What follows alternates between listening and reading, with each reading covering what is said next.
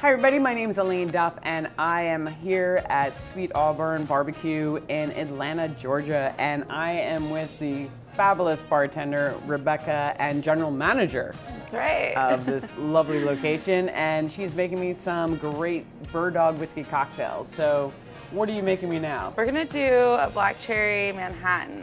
Ooh, I Yes. love a good Manhattan. Now, sometimes Manhattans to me can be a little sweet, but the black cherry and the sweet vermouth sounds really good. I think it's gonna even out just perfectly. We're gonna start with a maraschino Luxardo cherry. Ooh. Just gonna give that one little muddle in there. Now, the one thing I want to note is that this is a Luxardo cherry and not the bright red cherries. That's right. Yeah. These are the real deal. Those are here. the real deal. Also going with a little bit of Ango bitters, some orange bitters.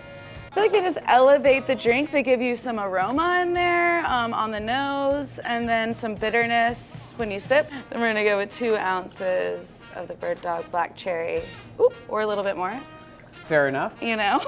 Sometimes it happens. And we're gonna do 1 ounce of the sweet vermouth, which is classic for a Manhattan. 2 to 1 is the typical ratio. All these king cubes. Now, tell people, why do you stir a Manhattan and not shake it? So typically if a drink doesn't have any kind of citrus or anything in it, this is literally just all alcohol.